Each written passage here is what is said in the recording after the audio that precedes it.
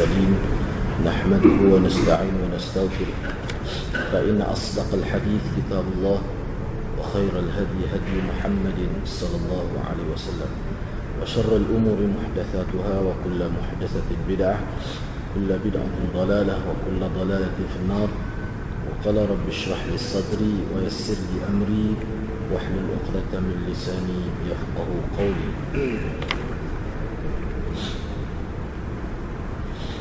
Alhamdulillah, bersyukur kehadrat Allah Subhanahu Wa Taala kerana dapat bersama pada malam ini. InsyaAllah pada malam ini kita nak sambung muqaddimah kitab ni lagi.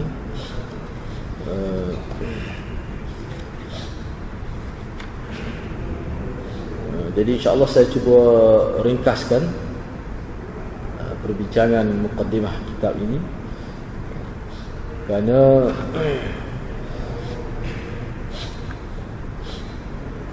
walaupun tak banyak dah sebenarnya tu,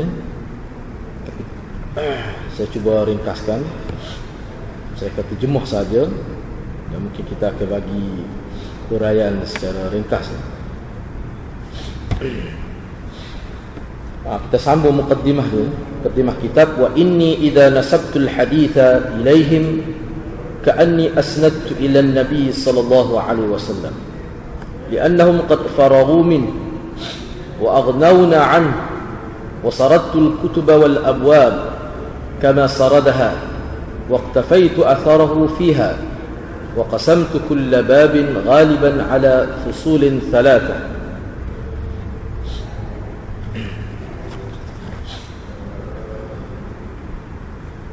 أولها ما أخرجه الشيخان أو أحدهما واقتفيت بهما وإن اشترك فيه الغير لعلو درجتهما في الرواية، وثانيها ما أورده غيرهما من الأئمة المذكورين، وثالثها ما اشتمل على معنى الباب من ملحقات مناسبة مع محافظة على الشريطة وإن كان مأثورا عن السلف والخلف. Jika aku menghubungkan sesuatu hadis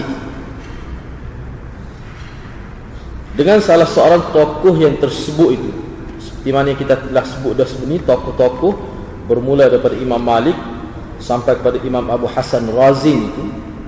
Jadi pada minggu sebelum ini telah saya sebut biodata ringkas tokoh-tokoh besar hadis di peringkat kurun kedua dan ketiga.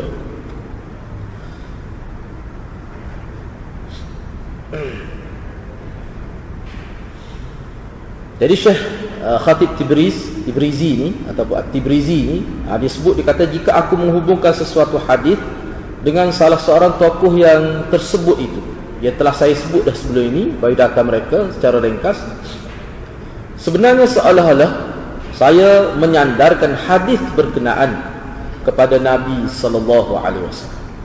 Kerana apa begitu? Li'annahum qad faraghu min, sebab mereka telah mengemukakan sanadnya dengan lengkap sehingga tidak perlu lagi kita mengemukakannya pula. Waqtafaitu atharahu fiha, aku turut sahaja pengarang asal, mana saya ikut sahaja cara pengarang asalnya dari sudut mengatur kitab-kitab dan bab-babnya. Itu saya tak ubahlah. Ni kitab ni susunan kitab-kitab. Kitab ni maknanya tajuk besar. Kalau dalam kita mengajar hadis, kitab ni tajuk besar. Makna kitab tu, makna tu tajuk besar. Bawah dia tu ada bab. Kalau ada lagi dia panggil fasal. Kalau bawah lagi dia panggil masalah-masalah. Itu susunnya dia. Mana kalau kita mengaji itu kita boleh tahu kitab ni tajuk besar sekali. Misalnya Kitabut Taharah misalnya, itu salah. Di bawah dia tu bab dia, bab wudu, bab ghusl, semua tu berkait dengan membersihkan diri. Itu dia panggil bab-bab lah. Tapi di bawah bab tu kalau ada pecahan-pecahan masalah dia panggil fasal. Lepas tu kalau ada maklumat-maklumat yang berkaitan yang lebih kecil lagi saiz dia sebut masalah. Tu. Jadi tuan penyusul kitab Mishkat dia kata dia ikut betul lah, ikut tanpa ada perubahan terhadap susunan tajuk-tajuk besar yang disebut sebagai kitab. dan tajuk-tajuk yang lebih kecil yang disebut sebagai bab itu. Satu dia kata saya tidak ubahlah, saya ikut mana susunan asal kitab masabih Syekh Baghawi tu. Ikut betul tu. Pada umumnya aku bahagikan setiap bab pada 3 fasal. Dia bagi pada 3 fasal. Ini kita nak tahulah kitab kita nak baca ni, iaitu kitab Mishkatul Masabih ini. Dia kata aku bagikan dia kepada 3 fasal.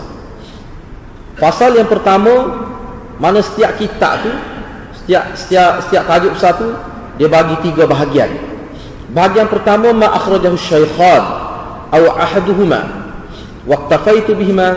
Jadi hadis yang pertama, bahagian pertama iaitu hadis-hadis yang dikemukakan oleh Bukhari dan Muslim atau salah seorang daripada keduanya.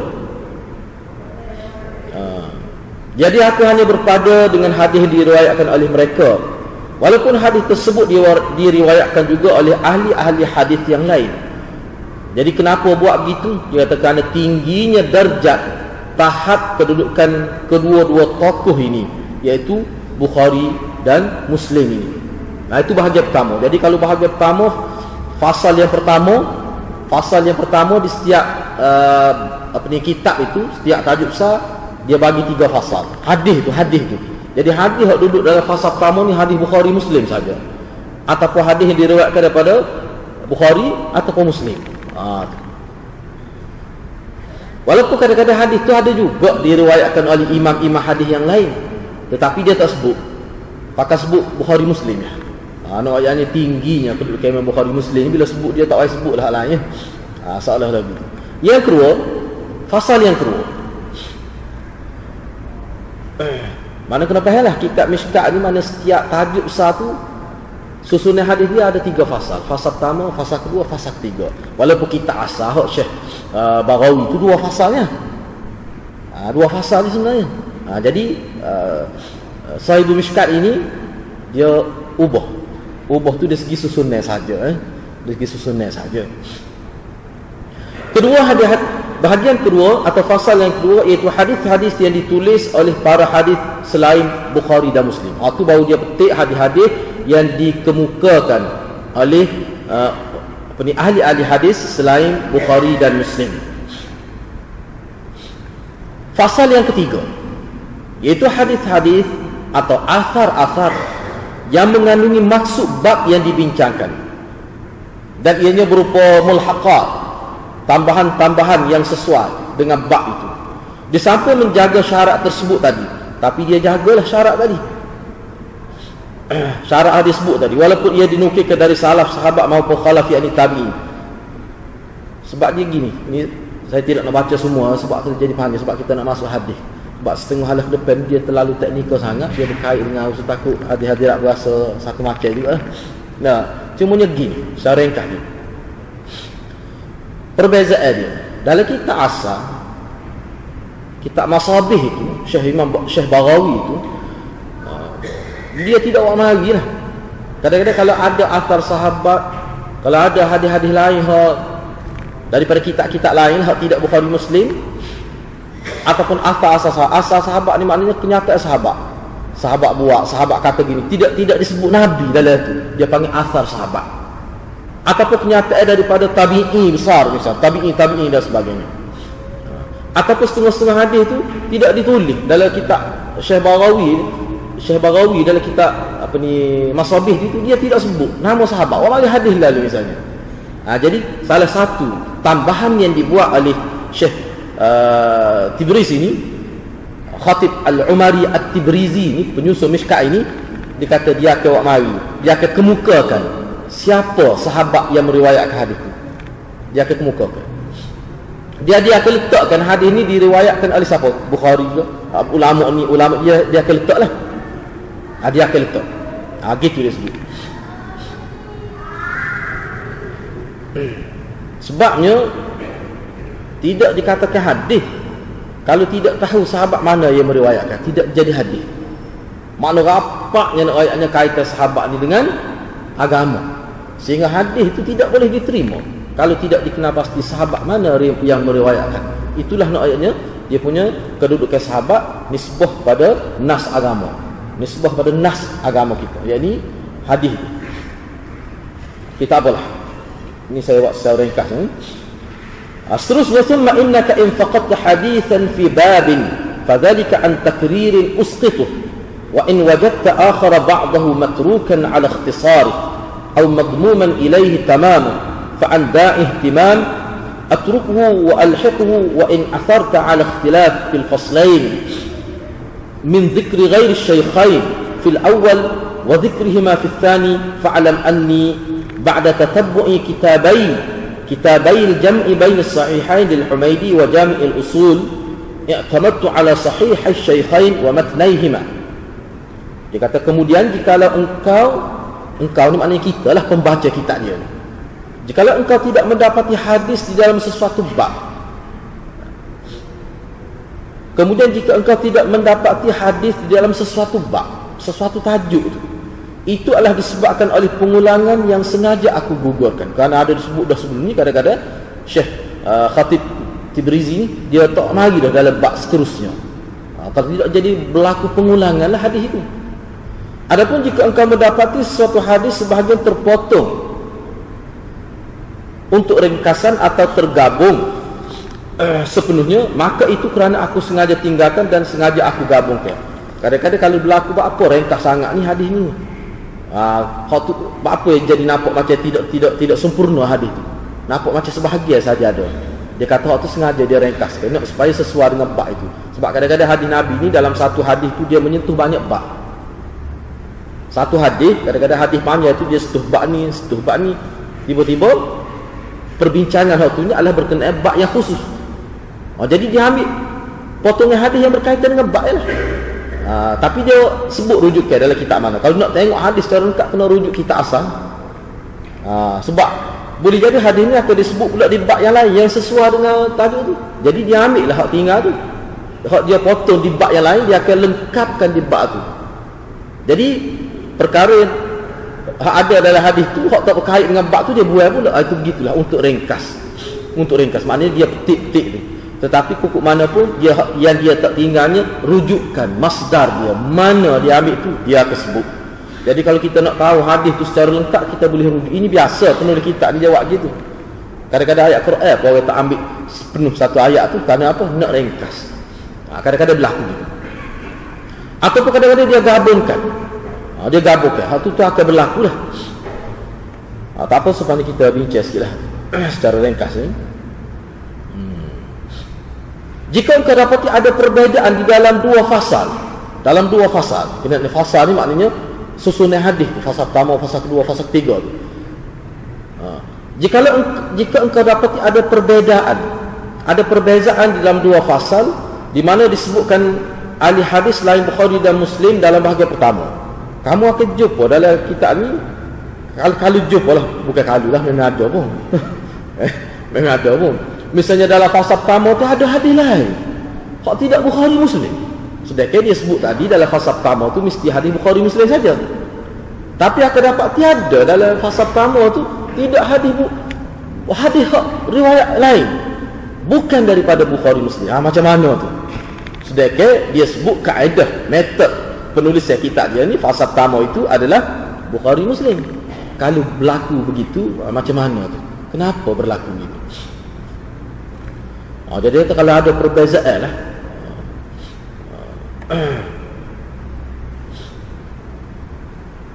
Dalam bahagian pertama dan dalam bahagian kedua pula disebutkan kedua mereka. Dalam bahagian pertama tak ada riwayat Bukhari Muslim, tiba-tiba dalam bahagian kedua ada. Lagu mana? Maka ketahuilah bahawa setelah aku memeriksa kedua kitab Al-Jam'u Bainas Sahihain karangan Al-Humaidi dan kitab Jami'ul Usul ni karangan Humaidi lah ni, aku berpegang pada kitab Sahih Bukhari dan Sahih Muslim lengkap dengan matan kedua-duanya. Dia gini saja. Dia ada berlaku sebabnya dia mengikut susunan Syekh Hasan, Syekh Barawi. Jadi kadang-kadang Syekh Barawi kitab asalnya dalam bahagian kedua tu dia mari matan hadis, dia sebut perawi lain. Bukan Bukhari Muslim. Padahal ni mengikut kajian Syekh Khatib Al-Umari At-Tibrizi ni, Sahibul Mishkat ini, dia kata sebenarnya hadis tu ada riwayat dari Bukhari. Jadi dia letak Sahih Bukhari. Mana dia buat mari baru tu rawahul Bukhari atau Muslim. Mana dia letak sebab dia kata hadis ni walaupun Syekh Baghawi sebut hadis ni riwayat Al-Harazim memang betul juga. Tetapi hadis ni bila dia cek tengok memang Bukhari pun riwayat hadis ni. Jadi dia tidak pindah hadis tu daripada fasa kedua, dia tidak akak letak fasa pertama. Dia kekal di fasa kedua, cuma dia letak rujuk ke dia tu Bukhari. Ada gitu maksud dia. Nak ayatnya tinggi ke Bukhari Muslim tu. Gitu. Oleh kerana ada juga dalam Bukhari riwayat hadis tu, walaupun Syekh Baghawi letak nama orang lain, memang ada juga orang lain riwayat hadis. Tetapi Syekh Khatib Tibrizi ni dia buat perubahan. Dia mari letak Bukhari. Nak sunapuk itu lagi hebat lagi. Gitulah. Sebab kita lah. Kita tahu hadis ni riwayat Tirmizi katakan riwayat ni. Tiba-tiba Bukhari riwayat, kita akan tunjuk ke Bukhari. Gitulah maksudnya gitu.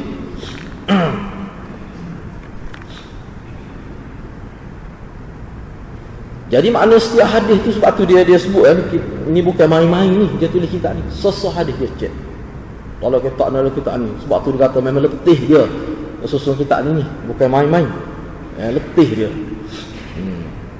Jadi kita baca ni pun letih juga benar. Tapi hak dia penulis asal tu, penyusuh asal tu lagi letih. Dia kena cek habis kita. Berat menulis ni. Pertama sekali beratnya takut tersalah tu. Tu apa paling berat? Takut tersalah. Tersalah dalam fakta agama ni bahaya hadir-hadir. Dia boleh jadi menyeleweng pemahaman manusia itu. Rosak dia. Sedangkan dia mati kitab dia ada lagi. Dia pindah tu. Sebab tu style ulama kita dulu bila tulis kitab tu wak ngajar dulu. Tak pada nak cek kali kedua nak semak dulu wak ngajar. Bila wak ngajar dia lebih teliti, semakkan itu. Jadi payah lah nak jumpa ulama dulu tubik kitab sebulan sekali tu payah lah. Nak cetak kitab sebulan sekali tu. Sebab apa? Bila sejak kitab tu semak dengan cara dia wak ngajar kitab tu. Bila puas hati dengar orang tu kritik, dengar orang ni kritik, barulah dia edar kepada masyarakat.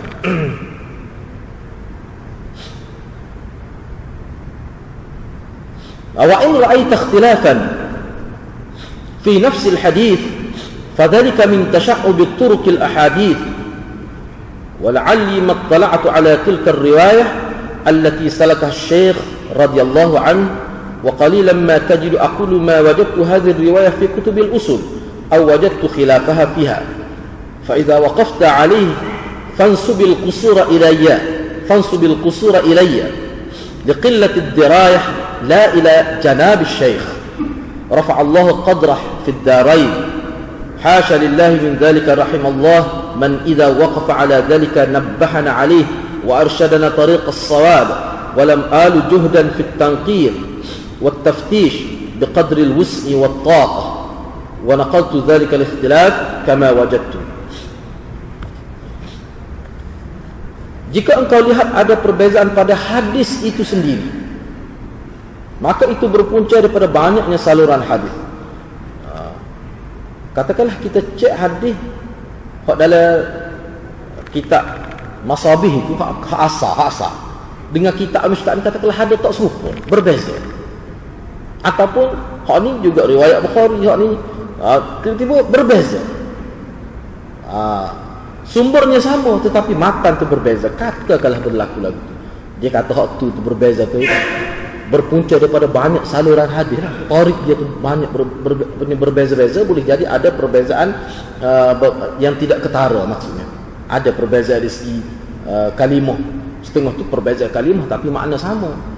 Setengah tu perbezaan dari segi susunan, hak mana dulu dia matan hadis tu, kalimah-kalimah dia. Ni duduk awal, duduk akhir. Dia ada perbezaan di dalam kitab ni. Sebab tu kalau kita tengok dia sebut riwayat ni, kita perujuk dalam kitab asal, dia ada beza. Acak kali jugalah gitu. Dia ada beza. Tu kerana turuk dia tu berbeza-beza. Nyada tu hak sikit sebanyak tu lagu tu. Mungkin tidak Quran kan? Kalau Quran tak boleh. Kalau Quran tak boleh. Quran tak boleh. Tulisan pun kena serupa. Baris pun kena serupa. Tak boleh beza sikit apa. Tapi hadis ni dia lain. Mungkin aku tidak mengetahui riwayat yang dipakai oleh Syekh Al-Imam Al-Farra Al-Baghawi. Jadi kalau kita tengok ada perbezaan antara hadis dalam Mishkat dengan hadis dalam kitab asal Masabih tu, Syekh Baghawi itu, maka perbezaan itu berlaku boleh jadi kerana aku tidak tahu riwayat mana hak dia pakai. Hak Syekh Baghawi ni pakai. Engkau akan dapati sedikit sekali aku kata, aku tidak dapati riwayat ini, yakni riwayat yang dikemukakan oleh Imam Baghawi di dalam kitab-kitab usul, jadi kitab-kitab induk, atau aku dapati riwayat ini bercanggah dengan riwayat di dalam kitab-kitab usul. Janganlah aku sebut begitu. Janganlah walaupun ada. Mana dalam kitab ni kita akan jumpa Syekh Sahibul Mishkat ni, yakni Syekh Khatib Al-Umari At-Tibrizi ni, dia kata saya tak tahu. Saya tak jumpa cari, saya tak boleh nak pastikan hadis ni tarik mana yang diambil oleh Syekh Baghawi. Ada tapi jaranglah. Maknanya dia setara dia tu duduk kita kata mengabdikan diri dengan ilmu ni pun tak jumpa cari. Moga dunia ilmu ni luah dia kan. Kadang-kadang tak jumpa cari. Sini zaman bila ni? Zaman 500 Hijrah. Selepas hari tu, zaman tu. Zaman tidak sebab kita learn ni boleh kata lebih mudah lah zaman dulu. Gak setengah-setengah kitab penulis asal tu hilang, tak tahu galah mana. Misalnya boleh berlaku gitu. Ketika sistem dia punya cetak kitab pun tidak kemas seperti sekarang, dia boleh berlaku tak tu. Kitab ulama kita ni banyak mana ada dalam senarai, tapi tidak ada di muka dunia. Banyak tragedi yang berlaku di Baghdad misalnya, kitab-kitab hilang. Dalam sejarah disebut, kalau kita baca buku, satu maktabah kitab yang maktutat yang belum dicetak habis rosak ketika berlaku tragedi Baghdad lagi. Cuba baca sejarah. Sehingga Ibn Athir dia tengok tu jerit sama dia. Ibn Athir dia Ibn Katsir dia kata bila dia tengok cerita tu dia jerit sama, menangis dia jerit, sedih bila tengok cerita bagaimana Baghdad. Sebab Baghdad masa tu bandar ilmu. Hilang kitab, nama tak ada lah dalam senarai, tapi cari tak ada kitab yang belum dicetak.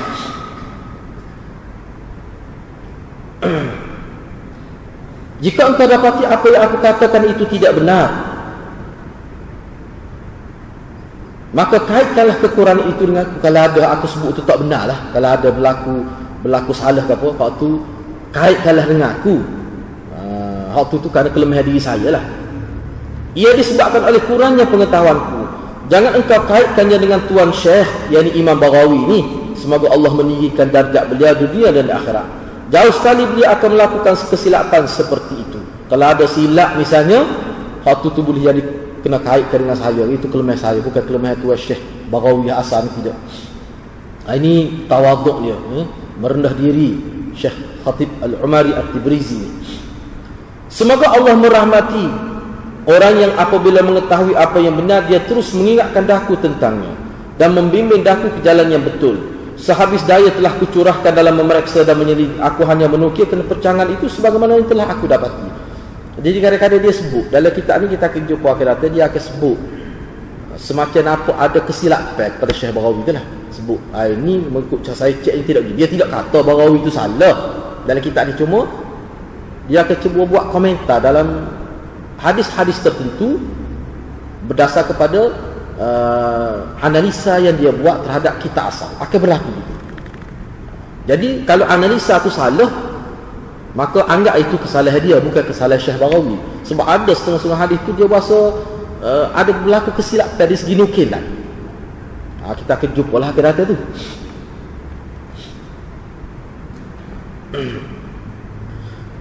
Dalam perenggan ni dia juga sebut, dia kata kalaulah sesiapa yang baca kitab ni dia dapat dia ada kesilapan berlaku dan dia tahu hak benarnya begini, dia kata mesti dia kena cerita kepada saya. Kalau saya hidup kena cerita, kalau saya maklumat kalau saya telah mati, tiba-tiba dia yakin ada kesilapan dalam susunan ni tak betul. Kalau misalnya dalam sudut apa sekalipun wajib diperbetulkan dan dia izinkan untuk kita buat tambahan, perbetulkan kitab dia.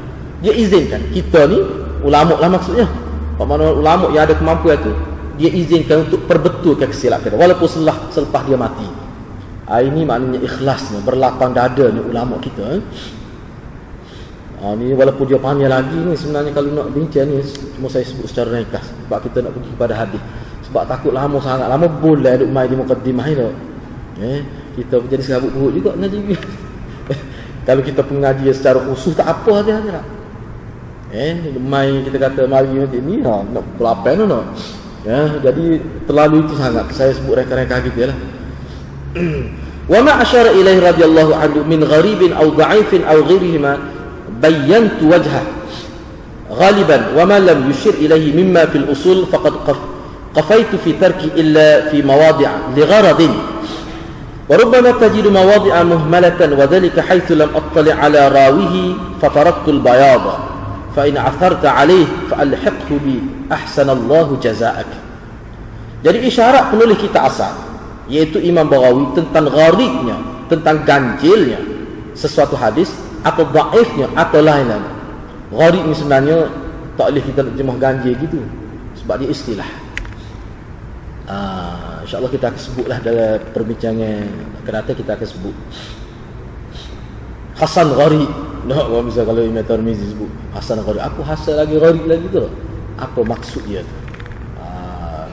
Secara ringkas ni mana dari satu sudut hadis ni hasan, dari tarik ni hadis ni hasan, hadis juga dari tarik lain dia tu gharib tapi hadis sama. Jadi istilah-istilah itu insya-Allah kita akan cuba sentuhlah sebab tu molek hadirat cuba-cubalah cari maknanya kita usul hadis ke mustalah hadis ke yang ringkas.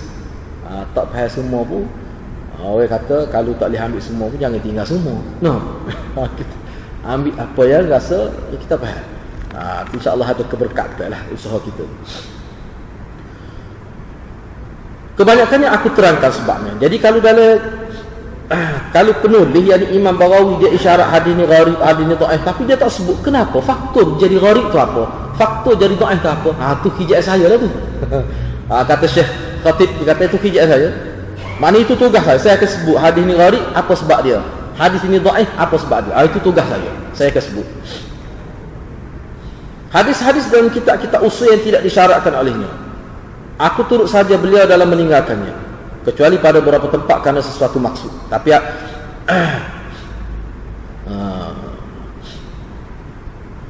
manakala ada hadis-hadis dalam kitab usul yang tidak disyaratkan oleh dia lah, dia tidak isyarat apa, dia tak rayak, dia tidak hukum ke hadis itu status hadis. Ada juga Imam Baghawi ni jawab mari hadis dalam kitab-kitab usul, mana kita induk lah kitab-kitab besar, tapi dia tidak sebut status hadis. Tapi kitab ni dalam kitab-kitab usul Bukhari, Muslim ataupun dalam kitab-kitab besar-besar lah, Nasai ke Abu Daud, dia tak rayak status dia. Dia tak tu. Tu saya turut gitulah, saya pun tidak buat komentar kecuali pada beberapa tempat kerana sesuatu maksud. Kalau terbukti bila kita diamkan tidak sebut status hadis menyebabkan timbul fitnah, timbul kekacauan, ada berlaku kritikal, kalau atas kerana tu saya akan huraikan, saya akan buat komentar. Gitu maksud. Secara ringkasnya gitulah saya boleh sebutnya.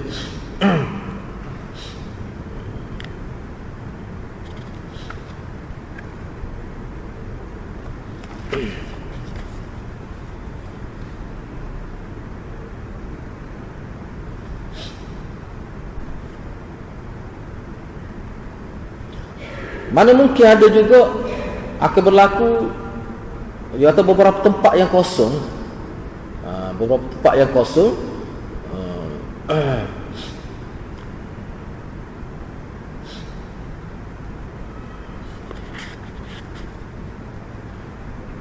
ada berlaku juga.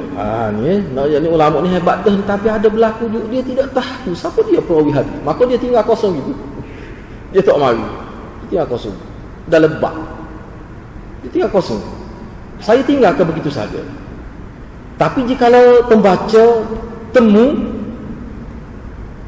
mana temu perawi hadis itu, masukkanlah ke tempat yang kosong itu, sempurnakah kekurangannya. Boleh jadi hadis itu mari tapi tak mari perawi, dia tak jumpa perawi.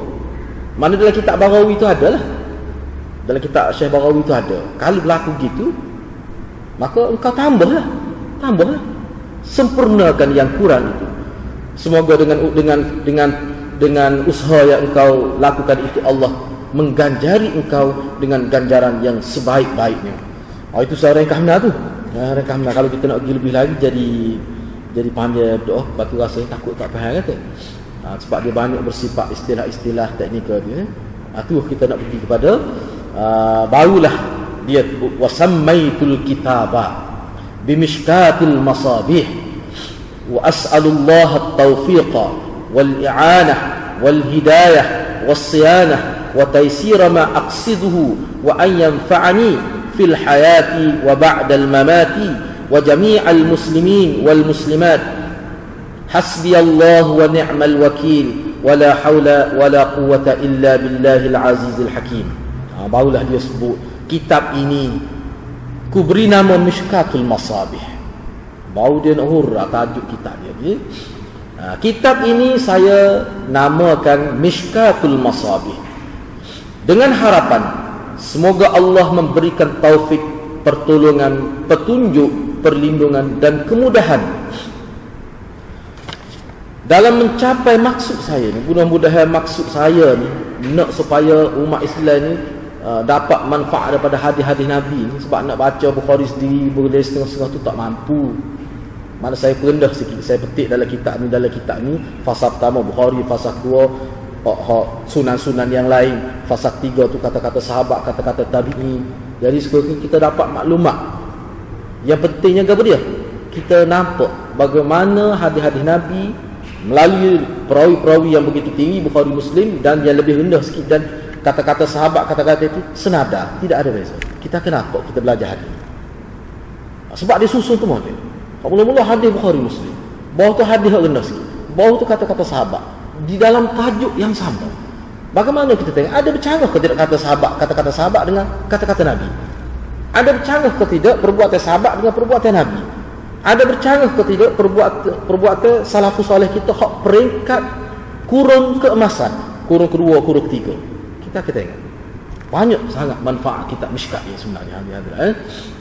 Kita kejumpa banyak. Kalau boleh habis ni, mudah-mudahan dah lah kena doa. Ni kalau nak ngaji kitab ni molek nak kena doa biar umur panjang. Biar umur tu panjang. Sebab kitab ni panjang. Biar Allah, biar Tuhan panjang umur kita. Berapa kita nak belajar kitab ni? Berbala lagu tu. Saya tak tahu bila habis kitab ni. Tak nak jangka. Kalau nak kira kalkulator buat semalam, tahu dah tentu 20 tahun lebih. Ada main 40 minit. Sehari kali kita baca gitu terjemah kita saja, tapi hal tu tak boleh sebab kita guna kaedah sar ni. Kita baca hadis ni kita guna kaedah sar, huraya dengan detail. Sebab kalau tidak jadi tak faham. Kaedah apa ni? Im'an ataupun fast im'an, maknanya kesat im'an, detail. Kaedah yang detail. Kaedah yang tiga lah. Kalau kita mukaddimah dulu kita sebut hak sistem talaqi tu. Tu mana kaedah secara detail, hak sesuai untuk peringkat kita. Jadi tuan kitab ni sebut lagi, semoga kitab ini bermanfaat kepada saya dan juga kepada kaum muslimin dan muslimat ketika masih hidup dan juga selepas mati. Sebab ni tak ada sebenarnya, tidak payah kita nak cari satu kitab yang merangkumi lah, yang kita yang agak lebih rendah sikit. Ni pengajian Dauratul Hadis lah Mishkat ni. Mana orang nak ngaji Dauratul Hadis tu dia kena ngaji Mishkat dulu. Dia kena ngaji Mishkat dulu. Banyak ribu hadis ni. Banyak ribu hadis. Masa 9,000 lebih hadis. Kitab Mishkat ni. Ada orang India ingat mata tu, supaya ingat Quran. Masa saya belajar dengan Tok Syekh kita dulu, Maulana, dia kata di India ni ada nama Daud dia. Dia ingat matan. Ingat Quran saya kira. Dia ingat matan hadis banyak ilmu. Siapa orang panggil Daud Mishkati. Sebab dia ingat kitab Mishkat. Luar biasa tu. Payah nak ingat tu dah. Ingat sekali ingat ni semua ni. Ingat. Boleh baca semua Quran. Ingat sesuatu. Nama siapa gelar dia Mishkati, Daud Mishkati. Nama dia Daud. Cukuplah Allah, hasbiyallah, hasbiyah. Cukuplah kepada saya Allah. Saya tak perlu dah pada benda lain. Dialah sebaik-baik pelindung. Tiada daya dan upaya melainkan dengan pertolongan Allah yang maha perkasa lagi maha bijaksana. Baik, sebelum insya-Allah hadis pertama ni kita bincang minggu depan, cuma saya nak perjelas sikit tajuk nama kitab dia, kenapa dia buat nama kitab Mishkat ini. Apa sebab Syekh Khatib Al-Umari At-Tibrizi ni menamakan kitab dia Mishkatul Masabih, walaupun dalam mukadimah sebelum ni saya sebut dah secara ringkas. Ni kita cuba tengok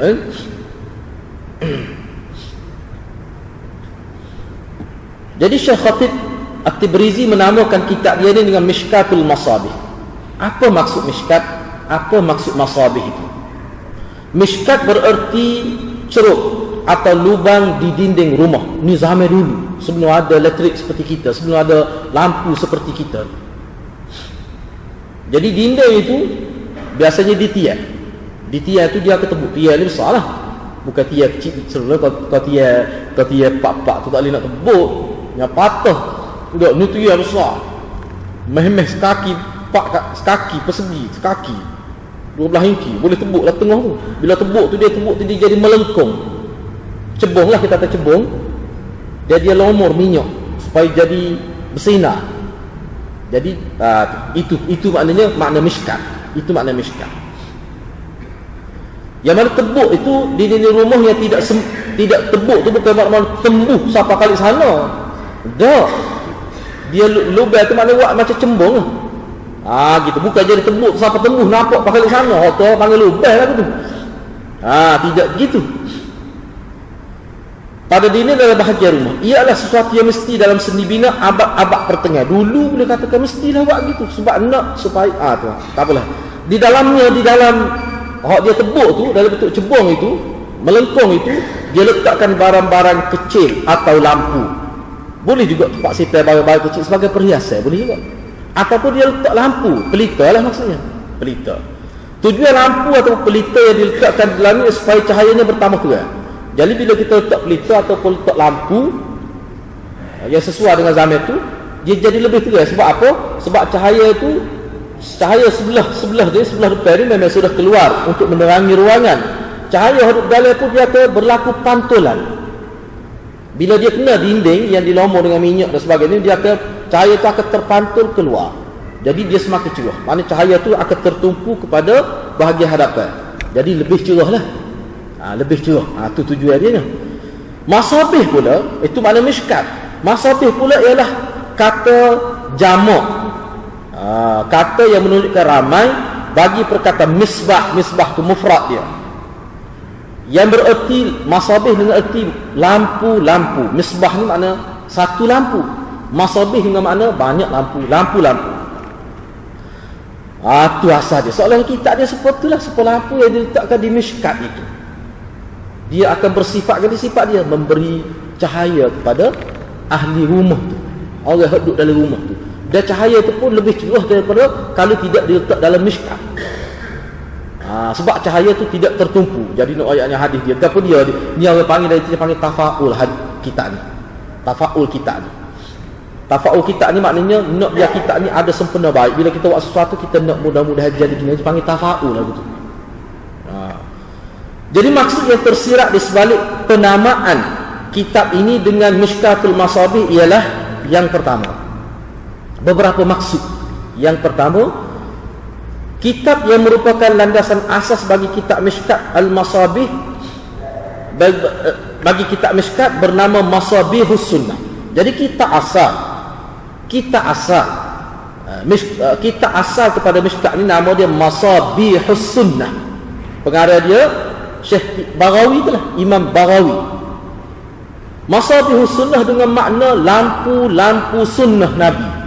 Seolah-olah sunnah Nabi diibarat sebagai lampu yang menerangi kehidupan manusia supaya manusia tidak berada dalam kegelapan. Itu hak asal kitab Imam Baghawi. Hak asal. Lampu-lampu sunnah itu, lampu sunnah tu, hak Misbahul Masabih itu, kalau diletakkan dalam Mishkat, dalam ceruk, kalau ambil pula tu letak dalam Mishkat, sekolah ni kan kalau kita buat Mishkat ni kita buat krom tu. Buat krom lagilah terang pancaran dia tu. Lagilah terang.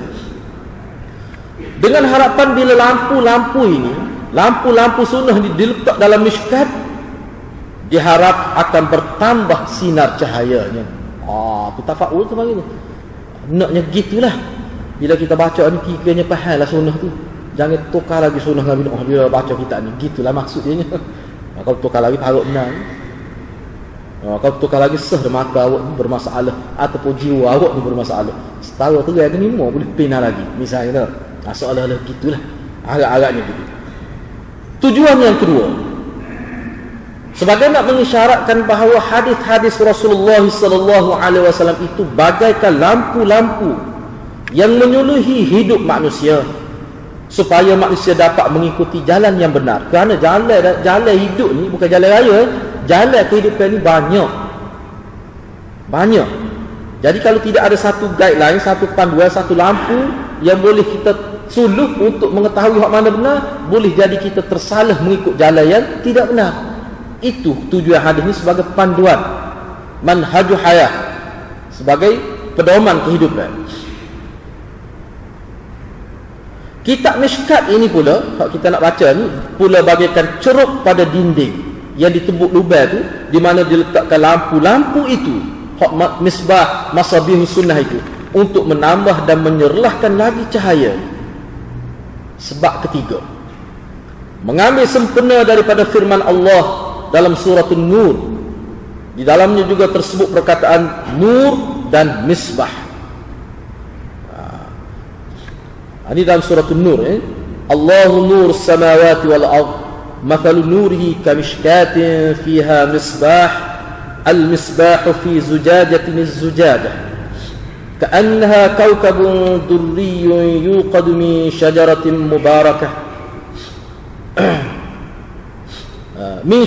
مباركة زيتونة لا شرقية ولا غربية يكاد زيتها يضيء ولو لم تمسسه نار نور على نور يهدي الله لنوره من يشاء ويضرب الله الأمثال للناس والله بكل شيء عليم.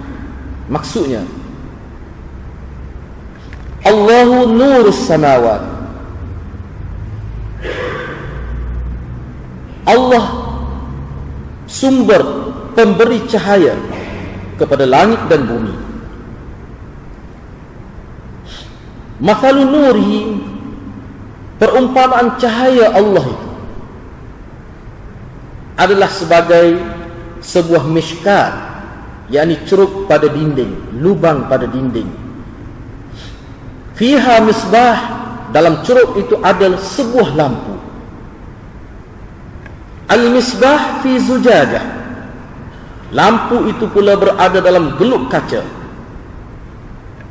Sebab lampu dulu kan dia tak kaca berlubang ke atas. Jadi kalau mari angin tu dia tidak mampulah.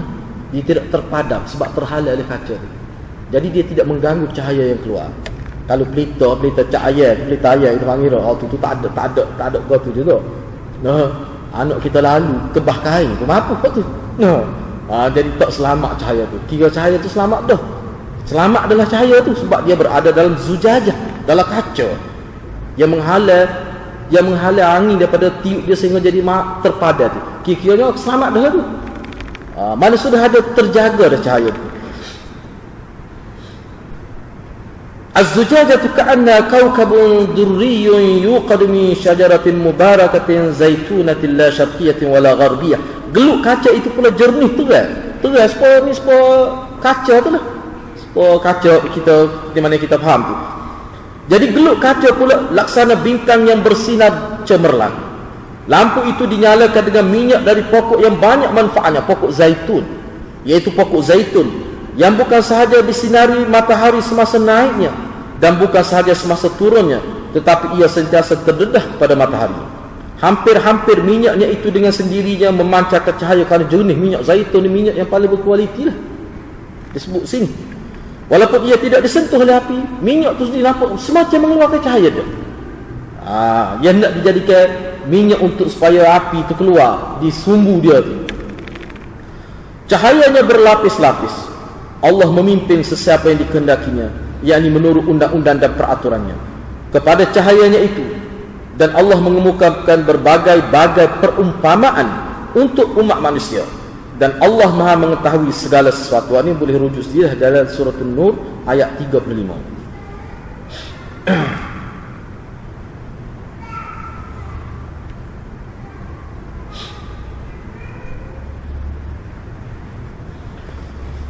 Sini saya ambil ini petik-petik pada kenyataan tok guru saya ni.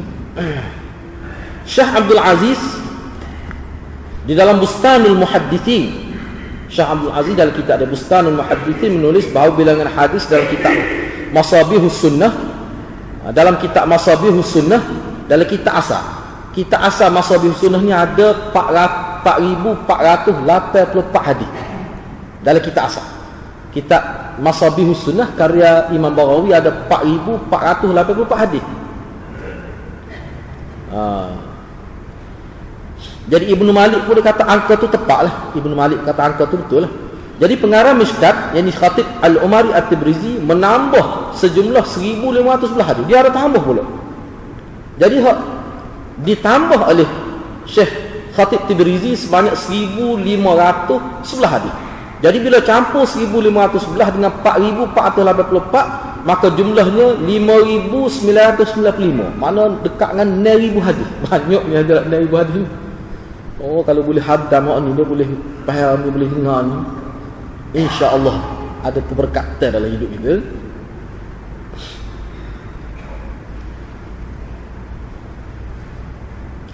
Jadi angka-angka apa ni, jumlah hadis tu berbeza-beza sikit sebanyak mengikut ulama lah. Tapi kukuk mana pun kita letak hampir 6,000 hadis.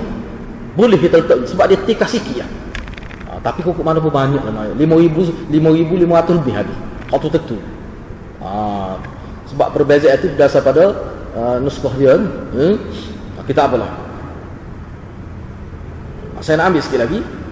Sebelum kita hadis tu tak ada, kita ambil yang ni lah.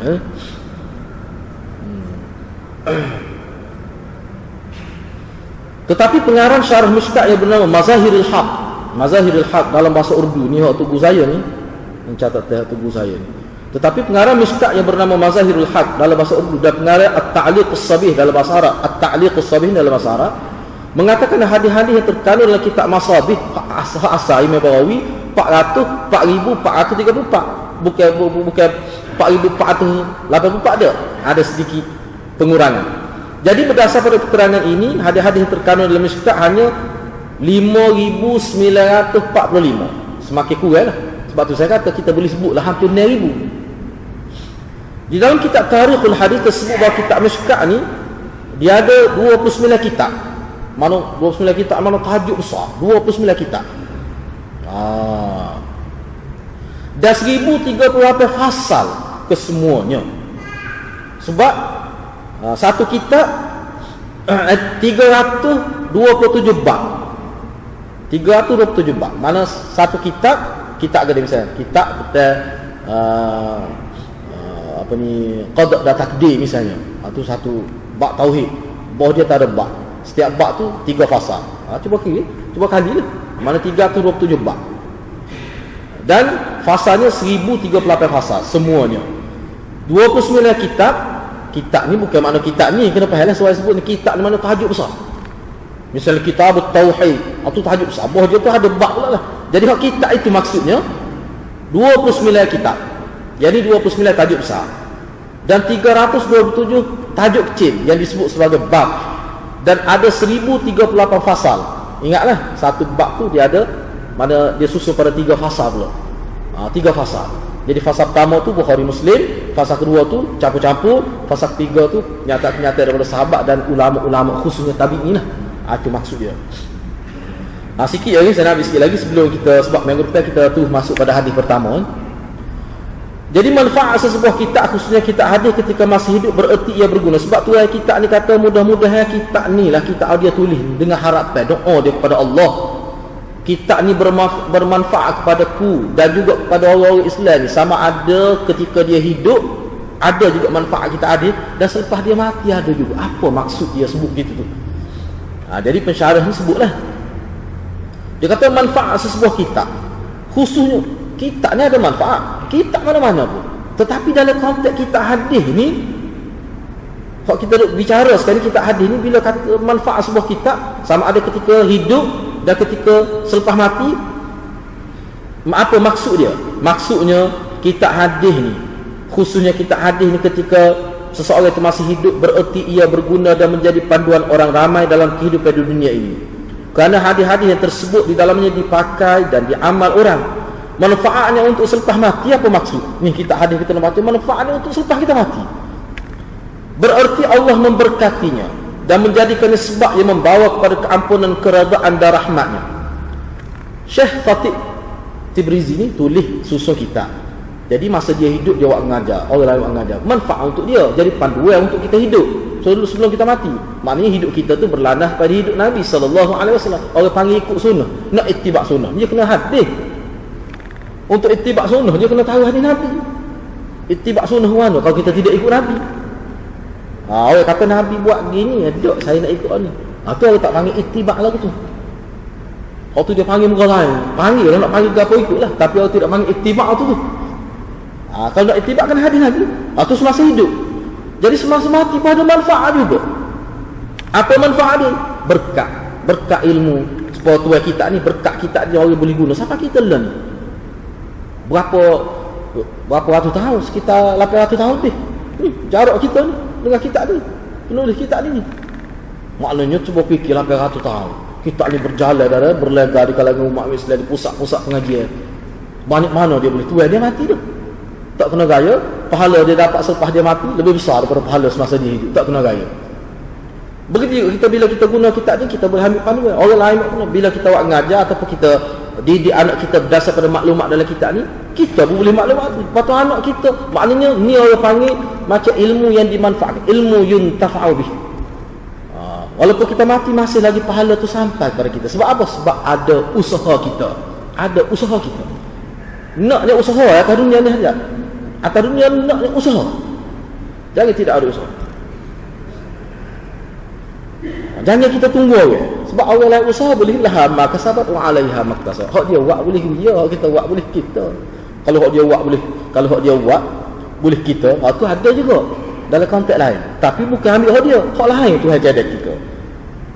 Misalnya seseorang tu boleh baca Quran, misalnya dengan sebab kita ajar, kita pun ikhlas ajar dia. Hak dia baca Quran, pahala dia baca boleh dia. Cuma sebab dia boleh baca Quran tu kerana melalui kita tu hawi pahala lain. Dia boleh dia pahala ni.